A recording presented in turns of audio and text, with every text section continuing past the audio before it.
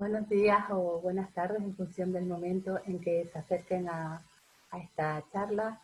Me llamo Verónica Alberto y soy arqueóloga de la empresa Tiricena Arqueología y Patrimonio. Como saben, las circunstancias actuales nos obligan a compartir en la distancia, aunque iniciativas como este ciclo de conferencias Blandura Patrimonio Vivo que organiza la Consejería de Cultura y Patrimonio Histórico del Cabildo de Fuerteventura y las nuevas tecnologías nos permiten estar en contacto. Y precisamente por esta oportunidad, antes de empezar, me gustaría agradecer encarecidamente a las personas que hacen posible con su trabajo este ciclo y por lo que a mí me toca la invitación a que pueda a participar en estas comunicaciones. Como ya habrán podido adivinar por el título de esta charla, hoy vamos a hablar de las prácticas funerarias de los primeros magos y a reflexionar en torno de la idea de violencia en las sociedades del pasado. Les vengo a hablar de un hallazgo excepcional, asombroso, que es la historia de un hallazgo, pero al mismo tiempo es el relato de vida y muerte de este personaje que hemos querido colocar en este espacio idílico de una playa de la isla de Fuerteventura. Este trabajo es resultado de una intervención de urgencia que promovió y financió el Cabildo de Fuerteventura a través de su servicio de patrimonio histórico y que realizó la empresa Tiricena. Así que bueno, vamos a dar comienzo.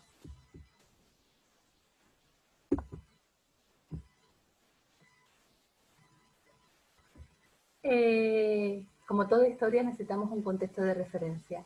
La arqueología, la lingüística, el ADN no deja lugar a dudas que las primeras poblaciones que habitan el archipiélago llegaron desde el norte de África, aunque no sepamos con exactitud un origen étnico o una procedencia geográfica específica y tengamos que remitirnos a esa esfera cultural amasí, y ese gran territorio que es la zona del Magreb y el Sáhara.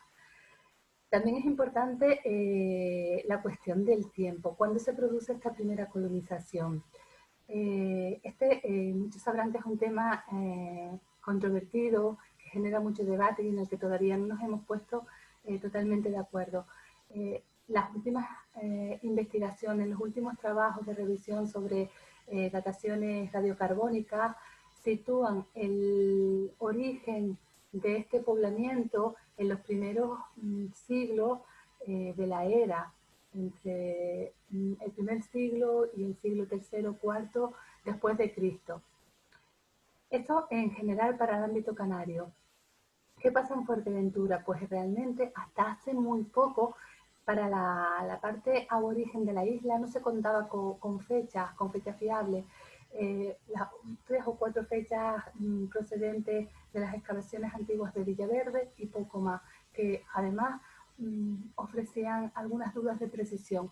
Esta situación realmente en la actualidad está cambiando de forma acelerada gracias a los trabajos de la empresa Arenisca, que empiezan a aportar ya los primeros resultados de una serie de dataciones coherentes donde situar este poblamiento aborigen de Fuerteventura. Según estos trabajos, el límite inferior habría que situarlo, o sea, la primera llegada de población a la isla, habría que situarla entre el siglo IV y el siglo V después de Cristo. Estas son las fechas más antiguas fiables. Una de ellas procede de la Cueva de Villaverde, como el otro día nos explicaba en este mismo ciclo la directora del proyecto, Rosa López.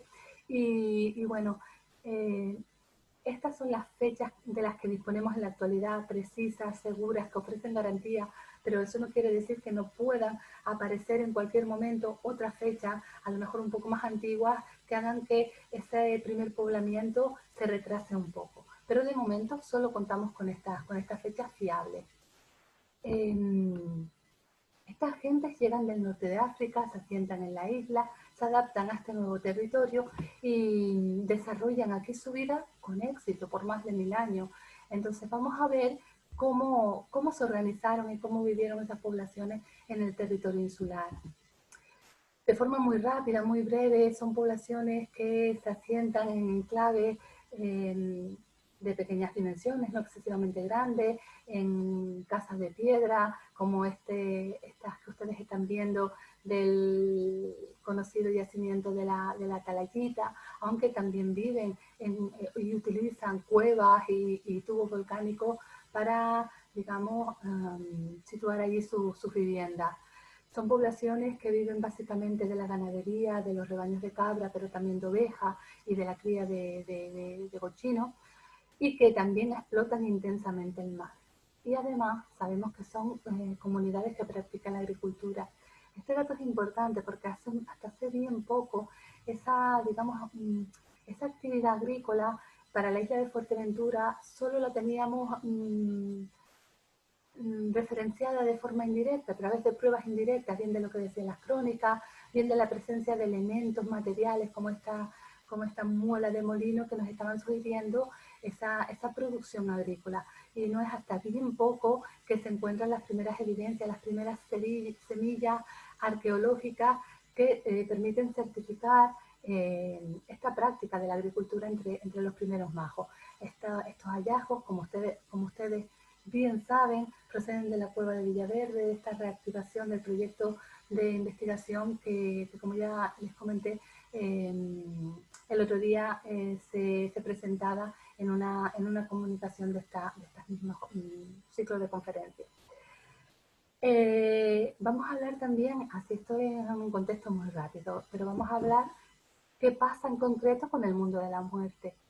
Aquí, desafortunadamente, tengo que decirles que la información disponible es realmente escasa, muy parca. Sabemos lo que refieren las crónicas y los textos de la conquista, que son noticias muy generales, que son de aplicación para cualquier isla del archipiélago. Y luego realmente las evidencias materiales, las evidencias arqueológicas reales son realmente parcas. Se conocen lugares funerarios en la isla, por supuesto que se conocen, aunque muchos de esos lugares que se han referido como espacios sepulcrales, luego no se han podido verificar in situ realmente esa función. Y lo que es realmente llamativo es digamos, el volumen tan pequeño de restos óseos, de huesos recuperados, que hacen que este conjunto histológico para la isla de Fuerteventura sea realmente escaso y que constituya un problema arqueológico, un problema histórico realmente insólito. ¿Dónde están los restos humanos? ¿Dónde están los huesos de los primeros pobladores de la isla?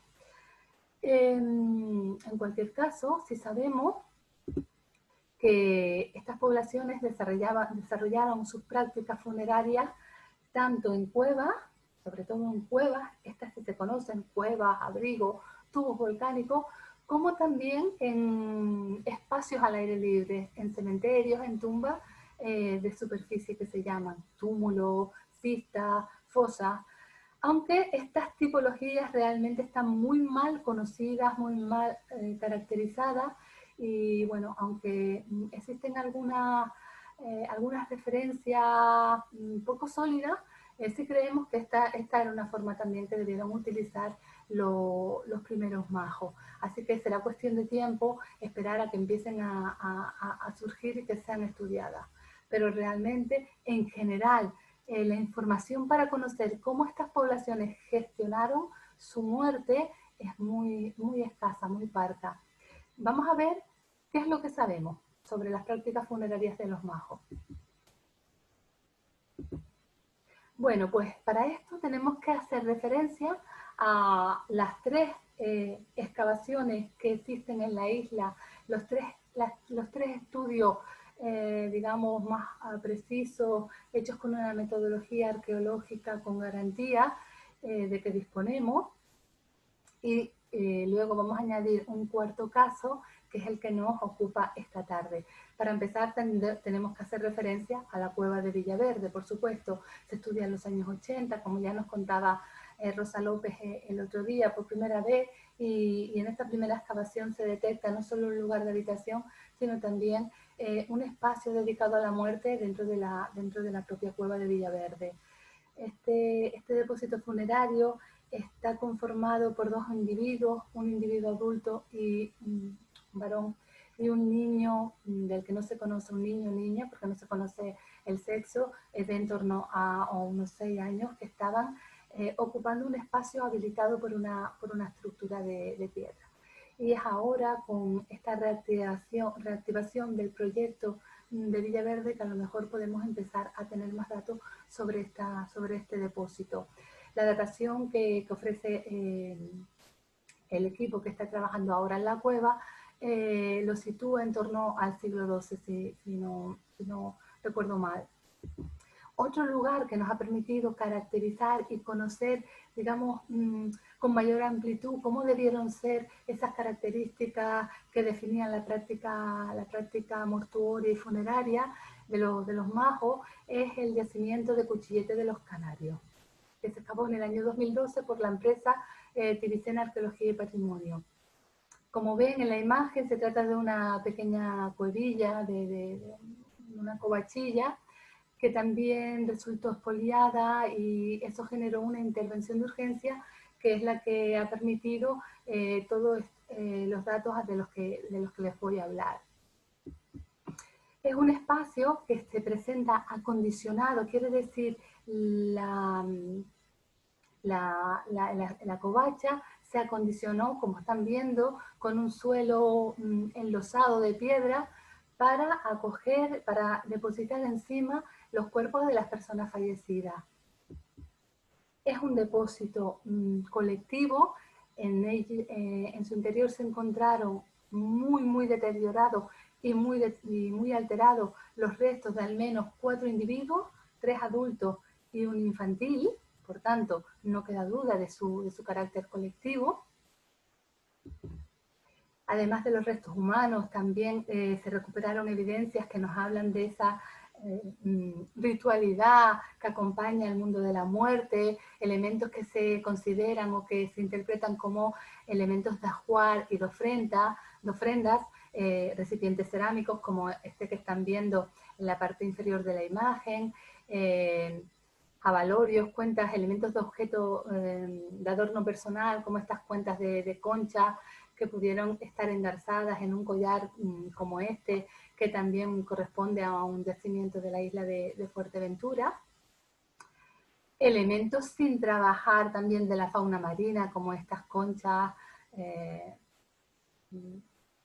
del mar, o depósitos de fauna terrestre muy especiales, con una selección anatómica sumamente específica, como es el caso de los cuernos de cabra y de las patas de cabra, que son elementos que en toda Canarias, en todas las islas del archipiélago en época aborigen, tienen un simbolismo muy importante y que se utilizan de manera recurrente en las prácticas rituales y en todo el mundo de las creencias de estas poblaciones. Y cómo no, el fuego.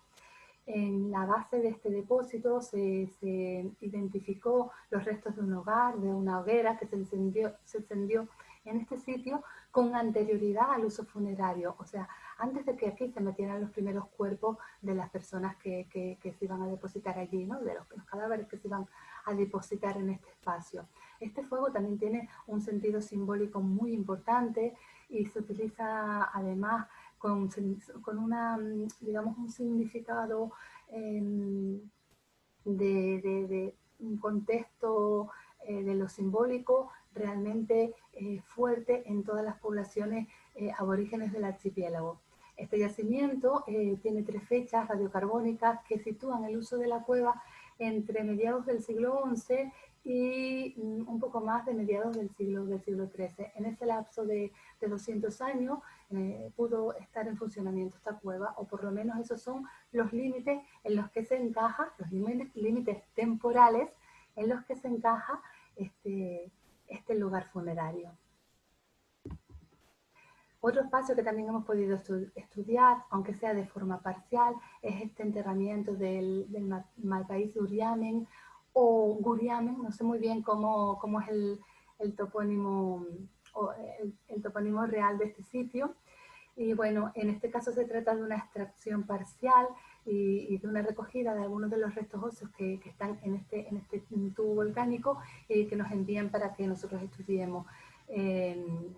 Este sitio, su datación radiocarbónica sitúa el uso funerario igualmente entre principios del siglo XI y mediados del siglo XII, en esa misma etapa que veíamos para Cuchilletes de los Canarios.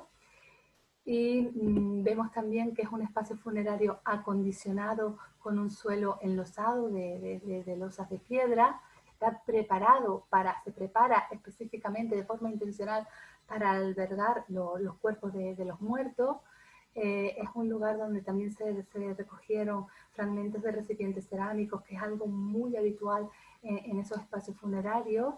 También se trata de un enterramiento colectivo, donde al menos se puede identificar restos correspondientes a 3 individuos adultos, y asimismo allí en el tubo se identifican huesos de fauna terrestre, huesos de cabra, pero que bueno, que como se trata de un depósito que no ha podido ser estudiado ni trabajado in situ, pues no podemos saber con certeza si se trata de restos arqueológicos que están acompañando al depósito o si, como toda la gente de Fuerteventura sabe, se puede tratar de animales que están por ese lugar, caen y mueren o se tiran en estos tubos volcánicos. Y entonces serían, digamos, deposiciones que no tienen nada que ver con esta práctica funeraria.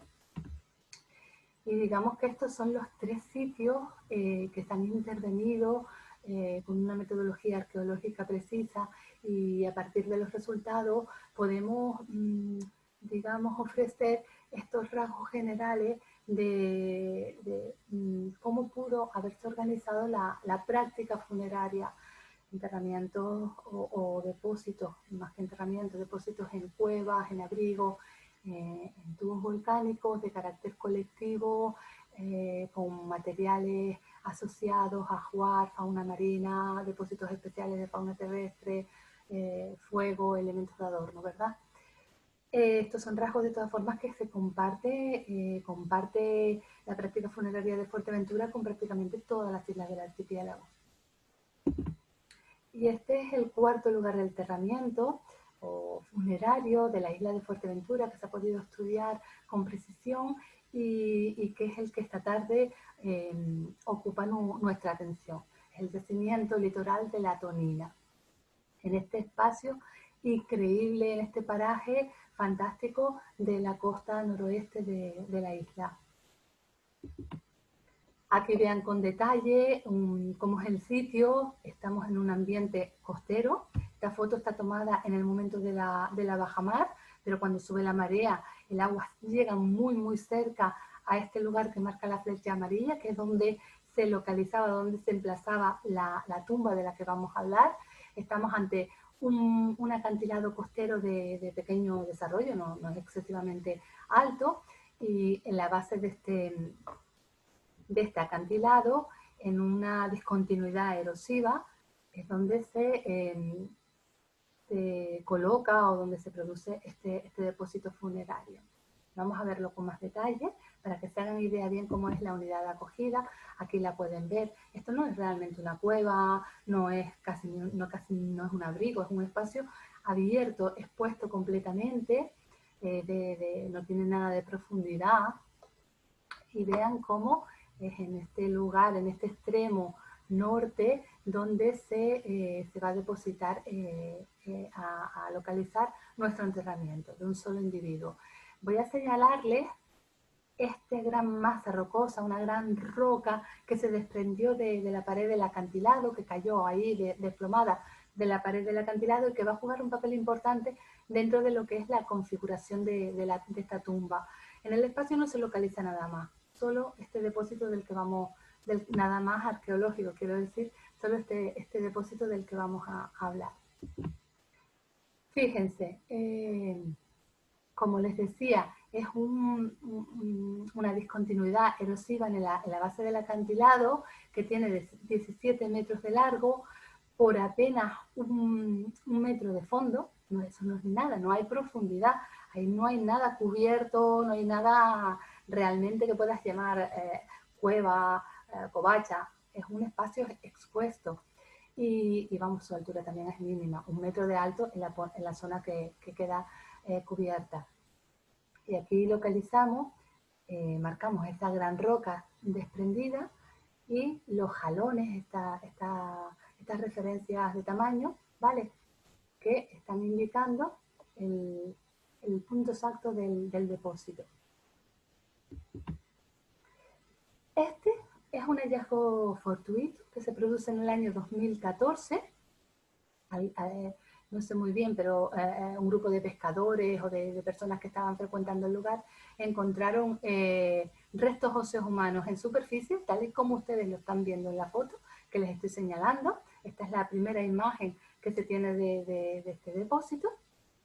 Vemos aquí un trozo de cráneo, vemos el fémur, otro trozo de cráneo aquí, y bueno, una serie de piedras un poco revueltas.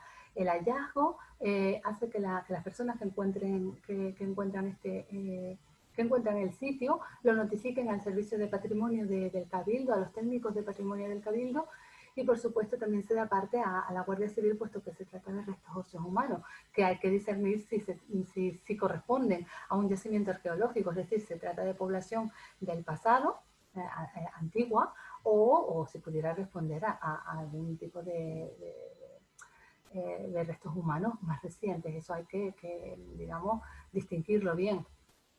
En cualquier caso, cuando llegan los técnicos del servicio del Cabildo, el Servicio de Patrimonio del Cabildo y la Guardia Civil, por las características del emplazamiento, de los restos, ya intuyen que se trata de un yacimiento arqueológico y se propone un estudio para verificar esa condición arqueológica. Se nos envían estos restos, estos primeros restos que aparecieron en 2014, y se hace una datación radiocarbónica que efectivamente confirma el origen aborigen, su correspondencia a los primeros majos, a la población de los majos de Fuerteventura. Pero hasta 2 años después, hasta 2016, no se inicia la intervención arqueológica, no por diferentes circunstancias, y eso hace que en ese plazo de tiempo que media entre una cosa y otra, pues una persona que nosotros pudimos conocer cuando estuvimos trabajando allí fue al sitio pensando que corría en peligro. Lo que hizo fue desbaratar el enterramiento, desbaratar el depósito, extraer todos los restos que allí estaban y acumularlos, como están viendo en las fotos inferiores en detalle, acumularlos todos junto a esa gran roca desplomada que cerraba el enterramiento, separándolo de la parte del mar. Y cubriéndolos, como van a ver ahora en la siguiente imagen, cubriéndolos todos con las propias piedras que desplazó de la tumba, de donde sacó los restos.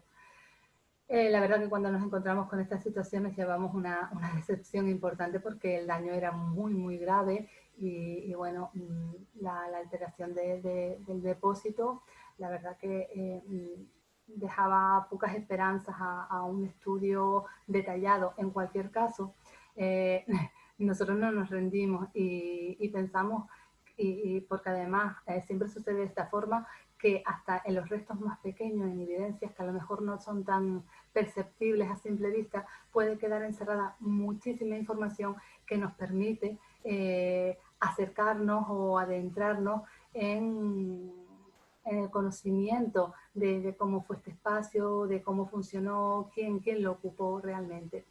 Y así fue, iniciamos la intervención, y son esas pequeñas evidencias que pasaron desapercibidas para la persona que recuperó los huesos, que quedaron en el sitio, las que nos han, permitido hacer esta lectura bastante exacta a lo que fue este enterramiento en origen. Fíjense, tenemos los fragmentos de cráneo, restos de cabello, de pelo, los dientes, piezas dentales sueltas, fragmentos de esternón, vértebras cervicales, el atlas, el axis, pequeños huesos que pasaron desapercibidos y que, bueno, en la intervención que hacemos nos dan una imagen bastante certera de lo que fue este sitio. Pero no solo los restos óseos, hay otro tipo de materiales que también son muy importantes para entender este espacio. Por ejemplo, los restos de insectos, es que la conservación en este lugar es increíble, hay una conservación magnífica. Entonces hemos encontrado en lo que se llama el fondo de deposición, en la base de la tumba donde se apoya el cuerpo, pues debajo del cadáver hemos encontrado una concentración de fauna cadavérica muy importante que es sumamente interesante porque esta fauna cadavérica nos permite conocer muy bien cómo eran las condiciones ambientales de este enterramiento. Y porque estos insectos empiezan a actuar desde el primer minuto, desde el momento inmediato a la muerte que empieza el proceso de descomposición.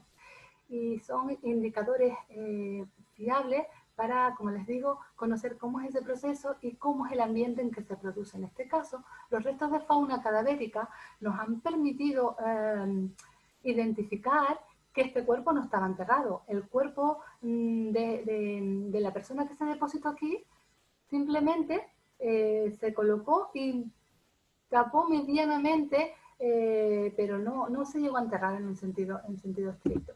Y además de la fauna cadavérica, este enterramiento también se acompañaba con unos pocos elementos que podemos certificar que se trata de ajuar, de ofrenda o de elementos materiales que acompañaban el enterramiento. ¿Por qué? Tenemos este conjunto de conchas, ¿vale?, de lapas y un borgado, que ustedes pueden decir, bueno, pero es que estamos al lado del mar y quizás esas conchas correspondan a elementos naturales que están allí de forma natural, pero no, porque en estas conchas encontramos la huella precisa de lo que es la extracción de estos animales. ¿Cómo se recolectaron? Esta fractura que vemos en la concha es indicativa de que fue intencionalmente recolectada por la mano humana. Y además su posición en el fondo de la tumba, debajo del cuerpo, nos indica que fue colocada allí antes de depositar el cuerpo. También muy importante este fragmento de cuerno de cabra. Es solo un fragmento nada más, pero recuerden que antes habíamos dicho que en las creencias, en el mundo, en la ideología de los antiguos habitantes del archipiélago, no solo de Fuerteventura,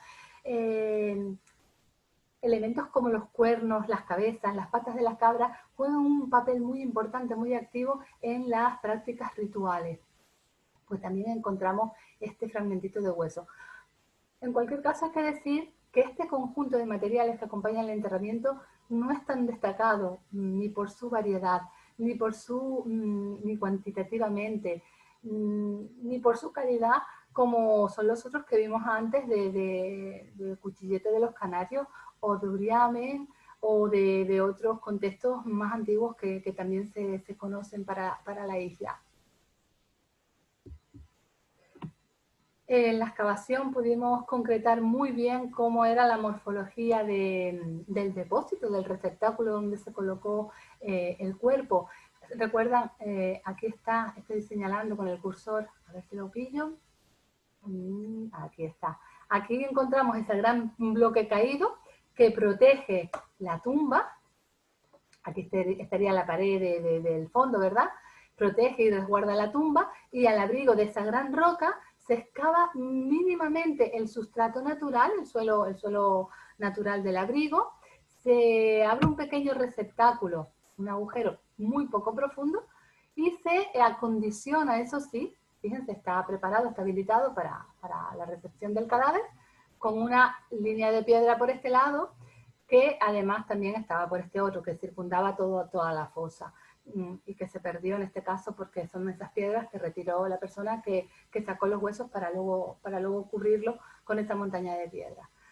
Pero tengan en cuenta las dimensiones de esta tumba o de esta preparación, de este acondicionamiento del espacio funerario. Esta pequeña fosa apenas tiene 1,35 m de largo es absolutamente insuficiente para una persona adulta o una persona mayor. En todo caso, aquí lo único que cabría es un niño o una niña. El ancho es considerable, pero bueno, porque estamos contando también la parte que iba con la línea de piedra y la profundidad mínima. Aquí no es ningún enterramiento, esto no es una fosa donde se incluye el cuerpo luego para cubrirlo. Aquí se acomoda medianamente el cuerpo y ya, luego se cubre con las piedras que veíamos en la foto anterior y ese es todo el depósito. A resguardo, como les decía, de la parte del mar por ese gran bloque caído del acantilado. Con los restos que encontramos in situ, que no se habían extraído, pudimos hacer una propuesta una recreación, una propuesta de reconstrucción del sitio. El cuerpo se encontraría extendido, con la cabeza colocada hacia el norte en este caso. Y como pueden ver, la zona inferior no es lo suficientemente grande como para albergar un cuerpo entero, y las piernas, en este caso la parte inferior de las piernas, quedaron fuera de este mínimo receptáculo que se preparó para depositar el cuerpo. Podemos proponer, aunque no hay evidencias, no tenemos la evidencia directa, ni siquiera la evidencia directa como en otros lugares a partir de la posición de los huesos, para decir que el cuerpo pudo haber estado protegido por algún tipo de envoltorio de piel quizá o de fibras vegetales, pero podemos proponerlo, aunque sea a modo de hipótesis, y asimilarlo con lo que pasa en la isla de Gran Canaria, en la isla de Tenerife, en la isla de La Palma, también seguramente en algunos enterramientos de Lanzarote, pues que pudo haber estado envuelto y protegido con este fardo funerario, porque en una cueva, en un enterramiento que está tan superficial y en un ambiente tan expuesto, si no hubiera existido este elemento protector, este elemento envolvente, probablemente la dispersión de los restos hubiera sido mucho mayor de la que tenía en el momento del hallazgo. Entonces, es muy probable, aunque este extremo no lo sabemos con certeza, de que hubiera podido ser procesado, preparado para ser depositado aquí de esta manera, en un fardo funerario. En la imagen vemos, coloreado con gris, los elementos que estaban presentes, que pudimos recuperar, tanto los que se movieron previamente, que estaban agrupados junto a la piedra, como los propios que nosotros extraímos en la excavación. Y aquí vemos un patrón de representación sumamente interesante. Nos faltan algunos restos de la parte superior, pero muy pocos, la mandíbula, un húmero, una escápula, un radio, sobre todo del lado izquierdo, que probablemente es una pérdida que está relacionada con ese momento de revoltura, de cuando se encontró y cuando se volvió a apilar allí. Pero luego tenemos una subrepresentación que es muy elocuente de toda la parte inferior de las piernas. No tenemos tibias, no tenemos peroné, no tenemos ningún hueso de los pies. Es probable que esta pérdida no obedezca a este momento del hallazgo de 2014-2016, sino que sea una pérdida que se produjo hace más tiempo, puesto que en la tumba las piernas, la parte inferior de las piernas a este individuo le quedaban completamente fuera y totalmente expuestas. Y quizás esto explique por qué no hemos encontrado ningún hueso de esta parte del esqueleto. Fíjense, es un enterramiento primario sin duda. Un enterramiento primario es aquel que se hace desde el origen, se coloca el cuerpo de la persona fallecida y nunca más se toca o se traslada. Es el lugar definitivo. Sabemos que esta persona no estuvo enterrada en otro lugar y luego se trasladaron sus restos aquí porque encontramos restos tan sumamente chicos como estos del oído, el yunque, el martillo, el estribo, el hueso dioide, fragmentos de porciones de pelo que nos garantizan que se trata de un depósito que se produjo ahí, en ese lugar exacto, y no en ningún otro. Y ahora vamos a retomar a nuestro protagonista desde el principio y vamos a ver si podemos conocer algo más acerca de su biografía. Pues sabemos que se trata de un varón, que es un individuo masculino, joven, la edad estimada está entre 17 y 20 años, aunque mucho más probable que esté en los 17 que cerca de los 20, o sea, bastante joven, y un muchacho muy alto. Ya saben seguramente que en las crónicas de la conquista, en las fuentes históricas, se hace mención expresa a los grandes, a los altos que eran los habitantes de Fuerteventura, los más altos de toda Canarias, y así se ha corroborado, se ha podido corroborar en los estudios de bioantropología, los escasos estudios de bioantropología que se han podido hacer sobre restos humanos de la isla. Eran realmente grandes. Y este individuo, pues también, 1,80, 1,81 de media para una persona de aquella época, es realmente importante, impresionante.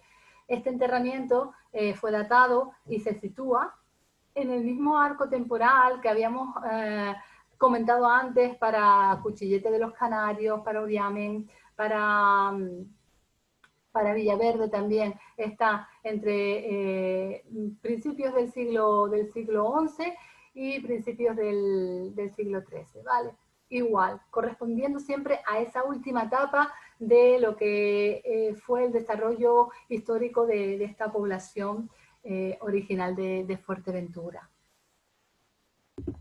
¿Qué más podemos saber de este muchacho? Bueno, pues sabemos que además de ser muy joven, porque así lo indica el estado de fusión de los huesos, ¿no? De las epífisis, que no se había llegado a completar, no había alcanzado la madurez biológica. Pues además de un chico joven, como les decía, y de un chico muy alto, era también muy robusto. En los huesos quedan marcadas, en sus huesos quedaron marcadas huellas de una importante actividad física, un intenso ejercicio que implicaba los músculos y estos marcadores que se llaman de actividad en la clavícula, en el radio, algunas lesiones producidas también como consecuencia de esa enorme actividad física que experimentaba este muchacho en su vida cotidiana, a pesar de su corta edad, ya había sido suficientemente intensa el estrés mecánico que experimentaba, ya había sido lo suficientemente intenso como para dejar la huella en su hueso. O sea, un muchacho joven, alto, muy robusto, fuerte. Pero ¿qué más podemos conocer de su vida? Pues vamos a mirar a las heridas, a las lesiones, a las enfermedades. Reconocemos en el esqueleto facial que este muchacho experimentó una fractura del incisivo superior de la paleta, una fractura importante, perdió todo el diente casi a raíz a la altura de la raíz. Y es una fractura del diente que le acarreó una infección también importante que provocó la destrucción del tejido óseo, ¿vale? Del hueso maxilar, y también una reabsorción del tamaño de la raíz del diente. Con todo, no perdió la pieza, y bueno, sabemos que es una lesión que experimentó en vida porque la superficie del diente, la superficie oclusal, está redondeada, muestra una superficie pulida, desgastada por el uso, ¿vale? Este tipo de fracturas pueden responder a muchos orígenes, este puede tener muchas causas que la expliquen.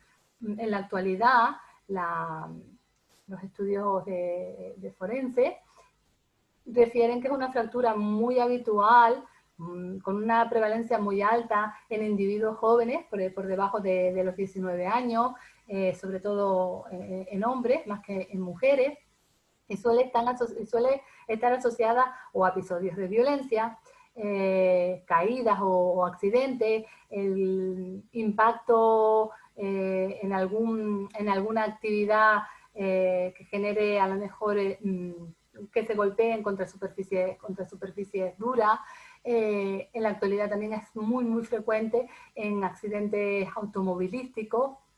Entonces las causas pueden ser muchas. Cuando se trata de violencia, porque esta tarde vamos a hablar de violencia, suele venir acompañada con otros, digamos, otras manifestaciones que refuerzan o que puedan estar poniendo de manifiesto esos actos de violencia. Pues a lo mejor otras lesiones en el esqueleto facial, o otras lesiones o otras heridas en el resto del esqueleto postcraneal, en el resto del cuerpo. En este caso, digamos, el único traumatismo que este individuo experimentó en su vida anterior al momento de la muerte, o sea, bastante alejado del momento de la muerte, es esta fractura de diente. Entonces no podemos relacionarlo con un episodio de violencia. Pudo ser, pero no hay nada más que lo avale. Pero además, aparte de la violencia, es sumamente, pero sumamente frecuente que estén determinados por caídas o por accidentes de coche en la actualidad. Sabemos que esta gente, su principal ocupación era el pastoreo, cuidar rebaños, moverse por el terreno. En el desempeño de estas actividades a veces se producen accidentes y esto podría estar explicando una caída que le provocara la fractura del diente. Igualmente, si miramos a las crónicas, allí se refiere que los habitantes de Fuerteventura tenían como principal distracción saltar, que eran sumamente hábiles saltadores. Y bueno, pues igualmente también en el ejercicio de estos saltos se podía haber producido un accidente y haberse fracturado el diente. En cualquier caso, es muy difícil proponer una causa exacta. Lo que es cierto que si se tratara de violencia, no hay nada más que arrope esa posible propuesta. Pero ¿qué más podemos saber acerca de este muchacho?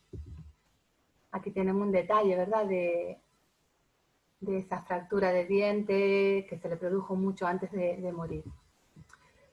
Pues tenemos otra serie de lesiones, otra serie de traumatismos, en este caso sí directamente vinculados a actos violentos y que se producen, sin duda, ahora, en el momento, justo en ese instante, que alrededor del momento de la muerte, del momento de su muerte. Se llaman fracturas perimortem, que están ahí, justo en ese mismo instante. Son fracturas de los dientes inferiores, de los dientes incisivos y del canino inferior, mandibular, fracturas que no tienen ningún signo de recuperación, que vemos sus bordes son cortantes, son agudos, son bordes afilados, que no muestran, como les digo, ningún elemento que permita considerar que este individuo sobrevivió a este episodio de fractura de estos dientes. Pero ¿qué más podemos saber?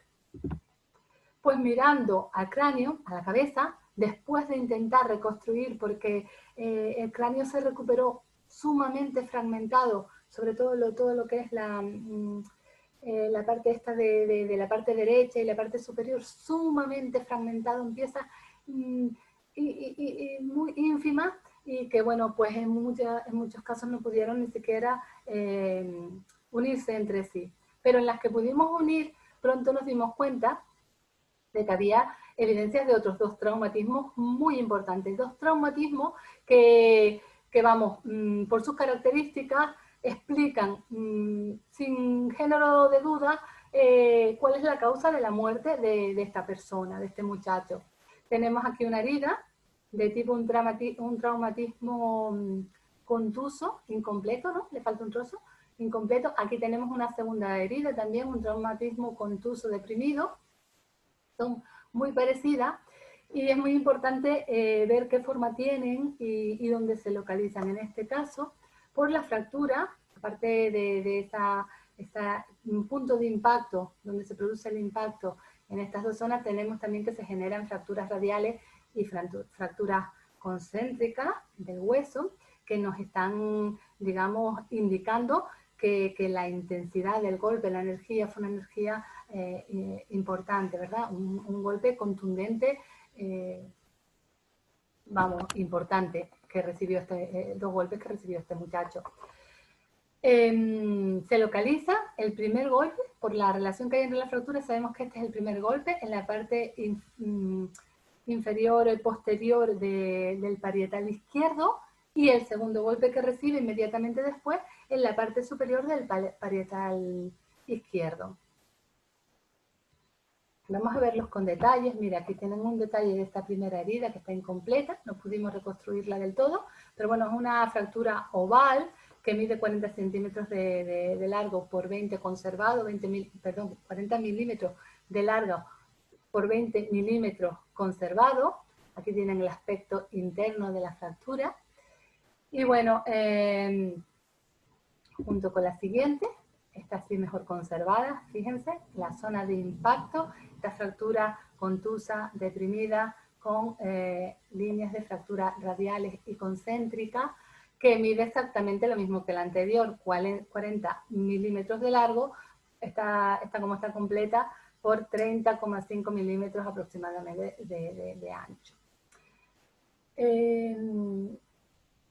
Concuerda perfectamente este tipo de traumatismo, concuerda perfectamente con lo que sería un enfrentamiento interpersonal, cara a cara, donde el agresor, en este caso, se sitúa enfrente de la persona que recibe los golpes, y es un agresor diestro que golpea a su contrincante en el lado izquierdo.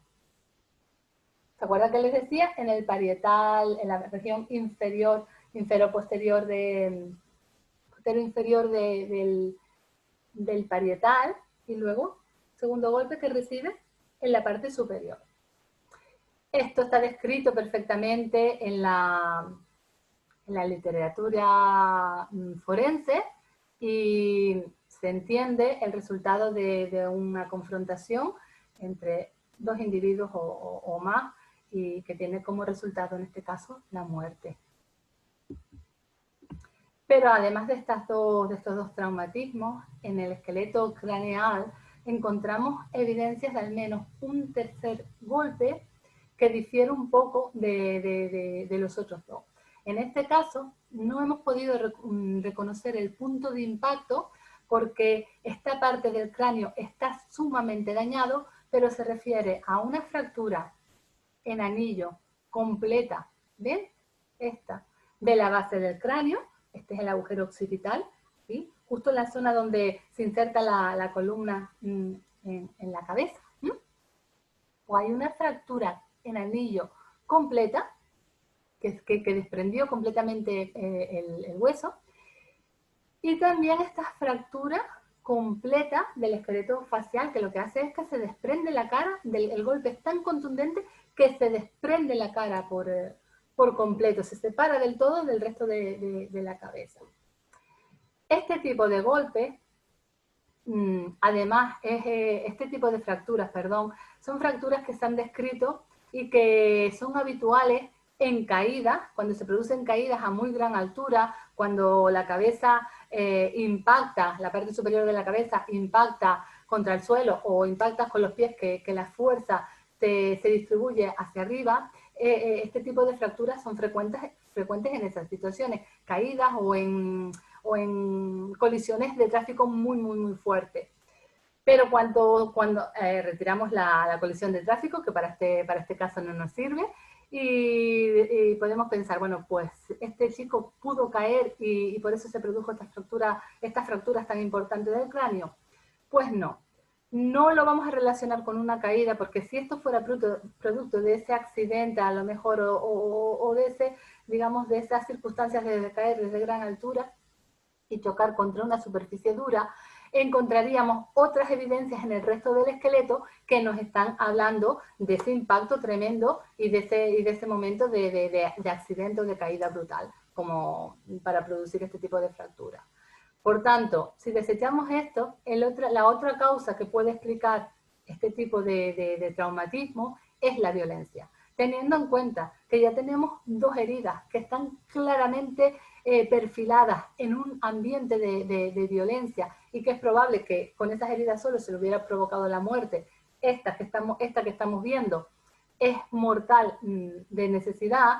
Es probable que, como les digo, estas evidencias tengamos que relacionarlas con un tercer traumatismo, en este caso propinado desde atrás, en la parte inferior del cráneo, quizás en el lado derecho, en este caso, no en el izquierdo como les refería antes para las otras dos heridas, porque el lado derecho está tan sumamente fragmentado en fragmentos, en 1.000.000 de fragmentos mínimos, que es probable que digamos, esa alteración, esa rotura tan importante del hueso en esa zona derecha se deba a este tercer impacto. ¿Y con qué se pudo producir? ¿Con qué objeto o con qué arma se pudo producir se pudieron producir estas heridas? Nosotros sabemos por las fuentes etnohistóricas que los canarios usaban unas especies de masas de madera con los extremos engrosados, así de tendencia oval o circular, con las que se agredían mutuamente. También usaban otras armas, usaban piedras, eran muy diestros en el lanzamiento y en el esquivar piedra. En este caso nosotros vamos a descartar que estas heridas se hayan podido producir por piedras que le hayan arrojado, porque se trata de un patrón tan sumamente específico y tan sumamente particular en su relación entre heridas, que es muy difícil arrojar una piedra primero, una segunda, en el derecho, en el lado izquierdo por arriba, el individuo después agachado, esa herida posterior, y por tanto creemos que se tuvo que producir con un objeto, con un arma, donde se pudiera controlar muy bien la secuencia de los golpes, un ritmo seguido, inmediato, uno después de otro, y a la que se le pudiera aplicar también una intensidad bárbara, porque las heridas que estamos viendo son heridas que necesitan de una energía intensísima, brutal, para que produzcan este tipo de fracturas en zonas del cráneo que son sumamente gruesas y duras, ¿no? El hueso, la parte posterior del cráneo. Por tanto, nos inclinamos a un objeto de esta característica que estamos viendo en imagen.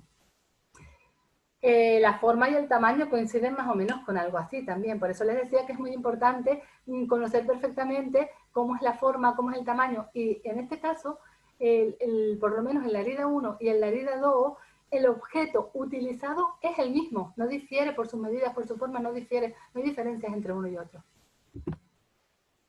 Por tanto, vemos que las fracturas de los dientes, esas fracturas que se producen por el impacto con una superficie dura, que colisiona o que se encuentra con una superficie dura y que fractura los dientes de la mandíbula. Y sobre todo, las heridas 1 y 2 de la cabeza concuerdan perfectamente con ese patrón de violencia interpersonal relacionado con una confrontación cara a cara, con resultado de muerte. Esto es muy importante, como se ha descrito en la abundantísima literatura de antropología forense que haya al respecto.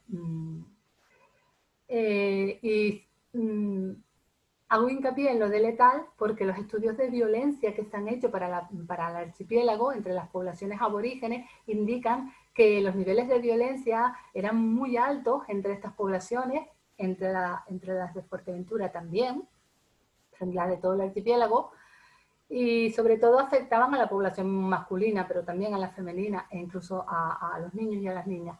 Pero es cierto que aunque la frecuencia de estas heridas es muy alta, de heridas causadas por violencia es muy alta, la letalidad no lo es tanto. Esas heridas no tenían como resultado final la muerte de las personas, de estos individuos que padecían esta violencia.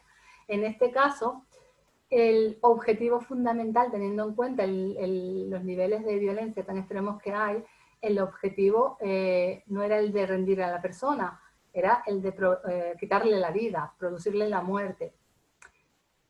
¿Qué razones podríamos esgrimir para intentar buscar la causa de esta violencia? Bueno, pues para poblaciones del pasado son múltiples.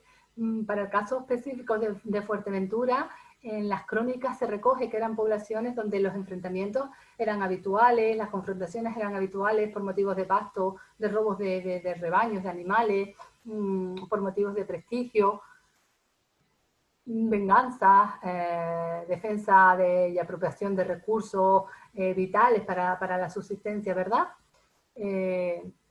piensen en un territorio limitado, rodeado por agua, del que no te puedes escapar, donde de repente una sucesión de años malos, de pocas lluvias, de que se pierde la cosecha o que los animales no encuentran pasto suficiente, significan hambre y significan muerte. Y en esos contextos de dificultades ambientales, de crisis, se genera también mucha violencia. No podemos saber con exactitud qué es lo que lo está provocando. Pero otro escenario es posible en este caso, pues sí, hay otro escenario que es posible. Por las crónicas y por las fuentes históricas sabemos que los majos tenían un sistema de justicia en el que incluían la pena capital, la pena de muerte. Incluso refieren exactamente cómo se llevaba a cabo estos castigos de pena de muerte. Y dice, llevaban al delincuente, a la persona a la que le iban a aplicar este castigo, a la costa, lo tendían en el suelo en una laja y con una gran piedra le rompían la cabeza, se la hacían pedazos y allí lo dejaban muerto. Esto es lo que refieren las crónicas. En líneas generales, esta escena también cuadraría con este ejemplo de la tonina al que nos estamos refiriendo.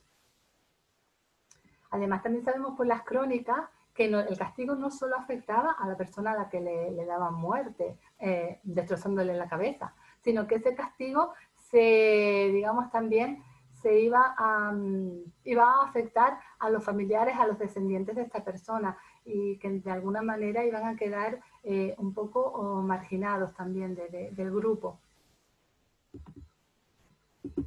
Entonces, para recapitular, tenemos una muerte de un chico joven, fuerte, alto, que es extremadamente violenta. Primero, bueno, el orden exacto aquí no lo sabemos, pero hay 2 golpes seguidos en el lado izquierdo que cuadran con este caso de violencia interpersonal, pero luego tenemos un tercer golpe, no sabemos si hay más, pero un tercer golpe seguro, que se da desde atrás. En los estudios que se han hecho en este tipo de traumatismo, en la antropología forense, se determina bien que son golpes que se propician desde atrás y con la persona en una posición inferior, probablemente agachada, inmovilizada, que nos recuerda un poco a ese ambiente que acabamos de oír en las crónicas sobre a este criminal que apoyan en una piedra. Quizás este golpe también pudo causarle la fractura de los dientes al chocar contra la piedra.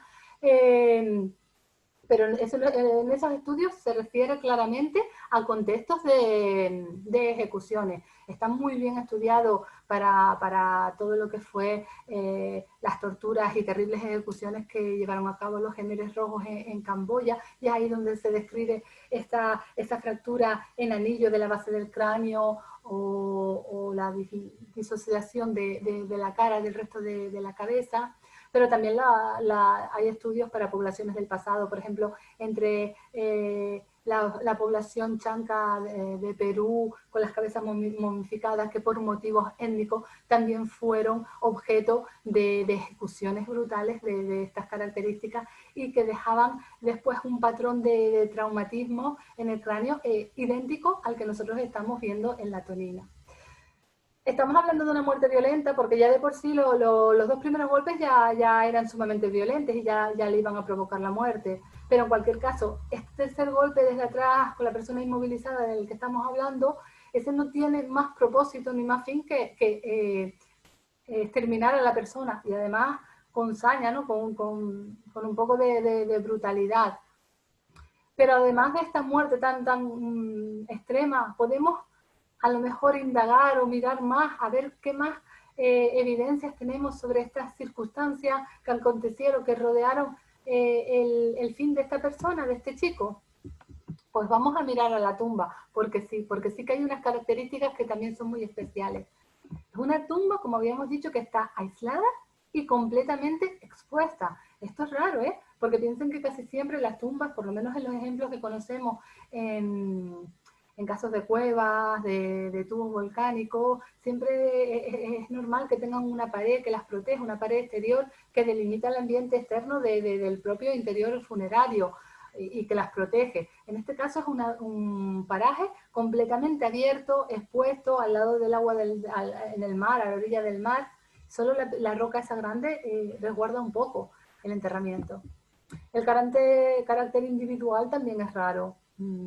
Normalmente, lo habitual es, digamos, la característica colectiva, lo que los miembros de una misma comunidad se entierran juntos o próximos entre sí. Ya vimos que tampoco hay demasiado esmero en cómo se hace la tumba. Es un receptáculo mínimo donde apenas cabe el cuerpo de este chico tan grande y las piernas le quedaban fuera. No hay una preparación esmerada para la tumba de este muchacho. Aunque tenemos algunos elementos que nos remiten a ofrendas o ajuares, nunca son tan importantes, o sea, no son tan importantes como los otros que sí se han reconocido en otros lugares, que son mucho más variados, con esos recipientes cerámicos, esos objetos de adorno personal, los fuegos. O sea, es un repertorio mucho más escaso, mucho más sencillo, un poco más pobre. Todo esto nos sugiere circunstancias excepcionales para la muerte de este individuo y también para su tratamiento funerario, que lo diferencian, que difiere de lo que es lo habitual o lo común o la muerte reglada. Seguramente sí también está reglada, pero no es lo habitual, no sigue el patrón general. ¿Podríamos estar ante una tumba de relegación o de castigo, que también se llama? Pues es probable, es probable. Recuerden que sabíamos por las fuentes históricas que los propios familiares del criminal, vamos a ponerlo entre comillas, iban a sufrir digamos, el castigo, también iban a ser partícipes del castigo y un poco se les iba a estigmatizar. Quizá esa marginación implicaba que no pudieran enterrar a su pariente en el mismo espacio donde se enterraba el resto de la comunidad, o digamos, siguiendo la misma fórmula que se empleaba para el resto de los miembros del grupo, ¿verdad? En cualquier caso, en la muerte de este individuo hay unas connotaciones negativas muy grandes y en el tratamiento mortuorio pues parece que también se le deniega la forma habitual de enterrar, y esto suele ocurrir cuando la persona afectada bien tuvo una muerte que para el resto del grupo tiene una consideración anormal, no es lo que se espera o lo que tiene que ser, o bien porque en vida también esta persona pudo haber tenido algún tipo de circunstancia que hace que el resto del grupo también considere que no es lo que se espera. Por tanto, en la muerte no va a recibir el mismo tratamiento que el resto de personas. Y esto es todo lo que les quería traer esta tarde. Para nosotros ha sido fascinante realizar este estudio, acercarnos a la biografía de este muchacho, y espero haber sabido transmitírselo. Es realmente importante para el conocimiento de las condiciones de vida y para el conocimiento de la forma en que estas personas regularon su existencia. Muchísimas gracias por su atención y espero que nos podamos encontrar muy pronto.